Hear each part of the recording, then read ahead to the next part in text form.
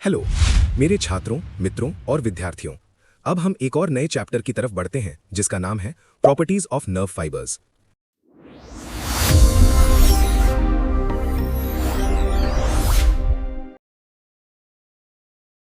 Excitability. Excitability को उस physiochemical बदलाव या चेंज के रूप में डिफाइन किया जाता है जो किसी टिश्यू में स्टिमुलस अप्लाई करने पर होता है। स्टिमुलस एक ऐसा एक्सटर्नल एजेंट है जो टिश्यूज में एक्साइटेबिलिटी पैदा करता है। क्रोनैक्सी नर्व फाइबर की कंडीशन डिटर्मिन करने के लिए एक बहुत जरूरी पैरामीटर है। क्लिनिकली नर्व फाइबर का डैमेज क्रोनैक्सी मेजर करके ही पता लगाया जाता है और इसे क्रोनैक्सी मीटर से नापा जाता है। नर्व फाइबर्स का एक्साइटेशन थ्रेशहोल्ड दूसरे सेल्स के मुकाबले कम यानी लो होता है। Response due to stimulation of nerve fibre. जब एक नर्व फाइबर को स्टिमुलेट किया जाता है तो स्टिमुलस की स्ट्रेंथ के आधार पर दो तरह के रिस्पॉन्स डेवलप होते हैं। एक, एक्शन पोटेंशियल और नर्व इंपल्स। ये तब डेवलप होता है जब नर्व फाइबर को एडिक्वेट स्ट्रेंथ वाले स्टिमुलस से स्टिमुलेट किया जाए। एक्शन पोटेंशियल पैदा करने के लिए जरूरी एडिक्वेट स्ट्रेंथ को थ्रेशहोल्ड या मिनिमल स्टिमुलस कहते हैं। एक्शन पोटेंशियल प्रोपगेटेड यानी आगे बढ़ने वाला होता है। क्या देख रहा है? स्क्रॉल कर, आगे बढ़। दूसरा, इलेक्ट्रोटोनिक पोटेंशियल और लोकल पोटेंशियल। जब सबलिमिनल स्ट्रेंथ वाला स्टिमुलस अप्लाई किया जाता है तो सिर्फ इलेक्ट्रोटोनिक पोटेंशियल बनता है और एक्शन पोटेंशियल डेवलप नहीं होता। इलेक्ट्रोटोनिक पोटेंशियल नॉन प्रोपगेटेड होता है। कैथेलेक्ट्रोटोनिक और एनेलेक्ट्रोटोनिक पोटेंशियल्स। नर्व फाइबर में इलेक्ट्रिकल पोटेंशियल रिकॉर्ड करते वक्त दो इलेक्ट्रोड्स कैथोड और एनोड का इस्तेमाल किया जाता है।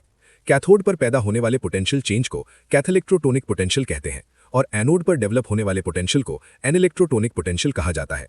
सिर्फ कैथेलेक्ट्रोटोनिक पोटेंशियल ही इलेक्ट्रोटोनिक पोटेंशियल या एक्शन पोटेंशियल में बदल सकता है। एक्शन पोटेंशियल और नर्व इंपल्स। नर्व फाइबर में एक्शन पोटेंशियल मसल के जैसा ही होता है, बस कुछ छोटे मोटे अंतर होते हैं।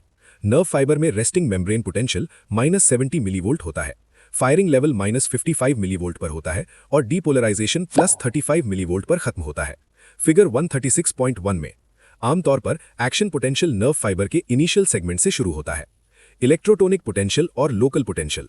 इलेक्ट्रोटोनिक पोटेंशियल या लोकल पोटेंशियल एक नॉन प्रोपगेटेड लोकल रिस्पॉन्स है जो नर्व फाइबर में तब डेवलप होता है जब एक सबलिमिनल स्टिमुलस अप्लाई किया जाता है। सबलिमिनल या सब थ्रेशहोल्ड स्टिमुलस एक्शन पोटेंशियल पैदा नहीं करता, लेकिन ये रेस्टिंग मेम्ब्रेन पोटेंशियल को बदल देता है और लगभग 7 मिलीवोल्ट तक का हल्का डीपोलराइज्ड स्टेट पैदा करता है। इसी हल्के डीपोलराइज्ड स्टेट को इलेक्ट्रोटोनिक पोटेंशियल कहते हैं। फायरिंग लेवल तभी पहुंचता है अगर डीपोलराइजेशन 15 मिलीवोल्ट तक हो, तभी एक्शन पोटेंशियल डेवलप हो सकता है। इलेक्ट्रोटोनिक पोटेंशियल एक ग्रेडेड पोटेंशियल होता है। Properties of electrotonic potential. एक, इलेक्ट्रोटोनिक पोटेंशियल नॉन प्रोपगेटेड होता है यानी आगे नहीं बढ़ता। दो, ये ऑल और नन लॉ को फॉलो नहीं करता। अगर स्टिमुलस की इंटेंसिटी को हर बार धीरे धीरे बढ़ाया जाए तो फायरिंग लेवल यानी 15 मिलीवोल्ट पहुंचने तक इसके एम्पलीट्यूड में बढ़ोतरी होती रहती है। Voltage clamping. Voltage clamping term एक एक्सपेरिमेंटल मेथड को दर्शाता है जो इलेक्ट्रोड्स का इस्तेमाल करके मेम्ब्रेन पोटेंशियल को बदलने और कंट्रोल करने के लिए किया जाता है। Voltage clamp technique nerve fibres पर अप्लाई की गई एक मॉडिफाइड पैच क्लैंप टेक्निक है।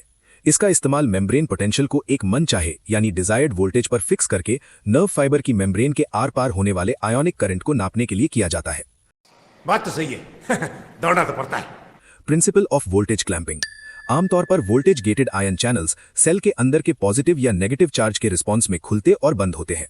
मेम्ब्रेन के आर पार आयंस की मूवमेंट को समझने के लिए दूसरे वेरिएबल यानी मेम्ब्रेन पोटेंशियल के अंतर को खत्म करना जरूरी होता है। इसके दो कारण हैं। एक, मेम्ब्रेन पोटेंशियल और आयन फ्लक्स दोनों एक दूसरे से जुड़े यानी इंटर रिलेटेड होते हैं। दो, मेम्ब्रेन पोटेंशियल में अंतर होने से आयन फ्लक्स में भी अंतर आएगा। इसलिए वोल्टेज क्लैंप का इस्तेमाल करके मेम्ब्रेन पोटेंशियल को एक स्पेसिफिक लेवल पर फिक्स कर दिया जाता है। ये स्पेसिफिक मेम्ब्रेन पोटेंशियल्स पर आयोनिक चैनल्स के जरिए होने वाले आयन फ्लक्स की स्टडी करने की अनुमति देता है। Equipment for voltage clamping. Voltage clamping equipment की 3 यूनिट्स होती हैं। एक, recording amplifier. 2, current generator. 3, feedback amplifier. एक, रिकॉर्डिंग एम्पलीफायर। ये मेम्ब्रेन पोटेंशियल के वोल्टेज को नापता है। इस एम्पलीफायर से 2 रिकॉर्डिंग इलेक्ट्रोड्स जुड़े होते हैं, एक्स्ट्रासेल्युलर इलेक्ट्रोड और इंट्रासेल्युलर इलेक्ट्रोड। एक्स्ट्रासेल्युलर इलेक्ट्रोड को नर्व मेम्ब्रेन की बाहरी सतह पर रखा जाता है और इंट्रासेल्युलर इलेक्ट्रोड को नर्व फाइबर के अंदर इंसर्ट किया जाता है। दूसरा, करंट जनरेटर या सिग्नल जनरेटर। इसका इस्तेमाल नर्व फाइबर के रेस्टिंग मेम्ब्रेन पोटेंशियल को कंट्रोल करने के लिए किया जाता है। इस इंस्ट्रूमेंट से पैदा होने वाले करंट सिग्नल्स को एक करंट इलेक्ट्रोड के जरिए नर्व फाइबर में भेजा जाता है। तीसरा, फीडबैक एम्पलीफायर। ये रिकॉर्डिंग एम्पलीफायर और करंट जनरेटर से फीडबैक इनपुट्स लेता है और उसके मुताबिक यानी अकॉर्डिंगली उन करंट सिग्नल्स को बदलता है जो नर्व फाइबर में भेजे जाते हैं।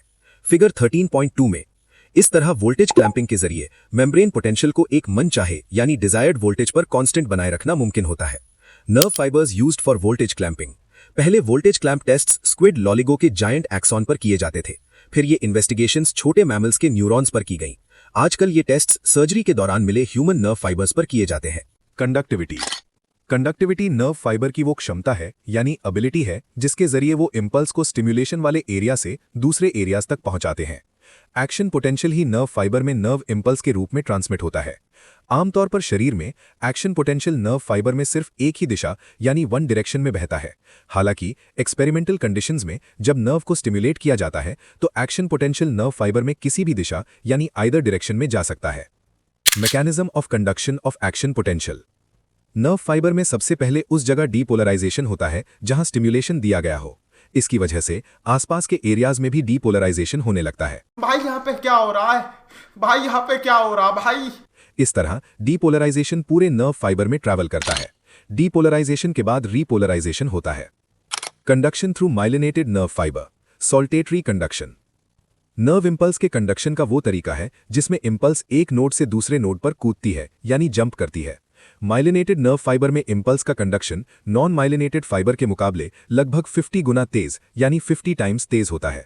ऐसा इसलिए है क्योंकि एक्शन पोटेंशियल पूरे नर्व फाइबर पर चलने के बजाय एक नोड ऑफ रैनवियर से दूसरे नोड पर जंप करता है। Figure 136.3। Mechanism of saltatory conduction. Myelin sheath ions के लिए परमिएबल नहीं होती यानी उन्हें गुजरने नहीं देती। इसलिए एक्स्ट्रा सेल्युलर फ्लूइड से सोडियम का नर्व फाइबर के अंदर जाना सिर्फ नोड ऑफ रैनवियर पर ही होता है जहां माइलिन शीथ मौजूद नहीं होती। इस वजह से डीपोलराइजेशन सिर्फ नोड पर होता है, इंटर नोड में नहीं। इस तरह डीपोलराइजेशन एक के बाद एक आने वाले सक्सेसिव नोड्स पर होता है। इसलिए एक्शन पोटेंशियल एक नोड से दूसरे नोड पर जंप करता है। इसी वजह से इसे सॉल्टेटरी कंडक्शन कहा जाता है। Saltare meaning jumping. Refractory period. Refractory period वो समय होता है जब नर्व किसी भी स्टिम्युलस पर कोई रिस्पॉन्स नहीं देती। Types of refractory period. Refractory period दो टाइप्स के होते हैं।